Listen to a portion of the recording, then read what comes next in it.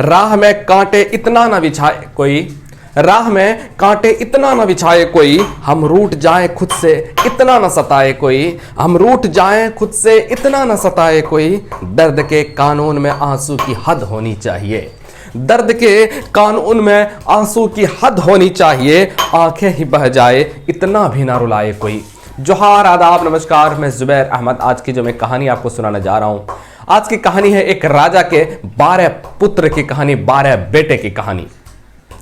एक बार एक राजा ने 12 बेटे थे राजा को, और राजा ने हुक्म दिए 12 बेटों से कहा कि बेटा तू जा अपनी पत्नी ढूंढने के लिए, और मैं बहू उसी शर्त पर एक्सेप्ट करूंगा जब सूत काट करके सट बना करके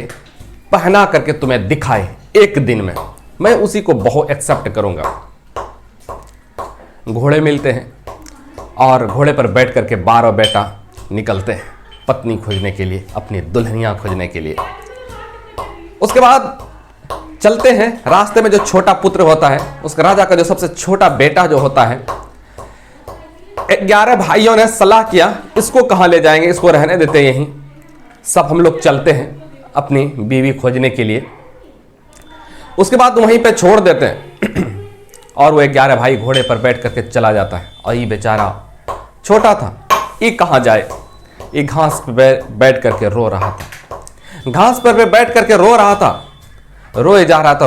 था कि क्या करें क्या नहीं करें। तो एक गुड़िया प्रकट होती है उसके सामने, और वो गुड़िया कहती है कि तुम क्यों रो रहे हो। तो पूरी दास्तां बताते हैं कि मैं एक राजा का बेटा हूं और हम 12 भाई हैं, और हमको पत्नी खोजने के लिए भेजा है कि जो पत्नी खोज करके लाएगा हम बहू उसी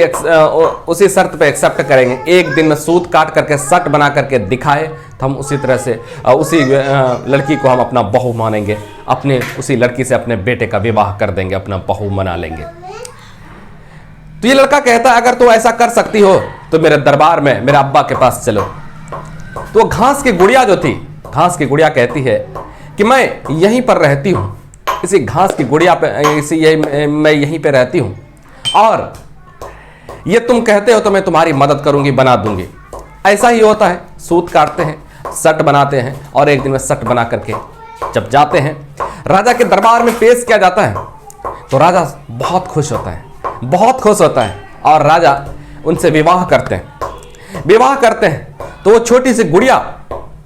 शर्त रखती है कि हम ये विवाह करने के बाद, आपके बेटे से विवाह करने के बाद हम तो चले जाएंगे, लेकिन आपके घोड़े के बाद 2 चूहा होनी चाहिए, और 2 चूहा के बाद चम्मच होनी चाहिए, चांदी के चम्मच, उसी चम्मच पर बैठ करके मैं जाऊंगी। क्योंकि राजकुमारी को जो है ना, राजा की जो रानी थी, उस रानी को जो है ना बहुत पसंद आते हैं, ये राजकुमारी की बात बहुत पसंद आते हैं। कहते ठीक है तुमको ऐसा ही ले जाएंगे। ऐसा ही हुआ, घोड़े पर चूहा, घोड़े के पीछे चूहा, चूहा के पीछे 2 चम्मच उस पर बिठाया जाता है, और साथ साथ रानी भी चल रही थी, राजकुमारी के साथ रानी भी चल रही थी। उसके बाद पानी में कूदते हैं, पानी में जब गिरते हैं तो पानी से जब निकलती है तो वो कागज की गुड़िया बहुत बड़ी हो जाती है, बहुत बड़ी हो जाती है वो कागज की गुड़िया। जब कागज की गुड़िया जब बड़ी हो जाती है ना, तो फिर वो बहुत खुश होते हैं, और इनको जो है ना राजा अपने छोटे बेटे को राजा बना देते हैं, और वो उसकी बीवी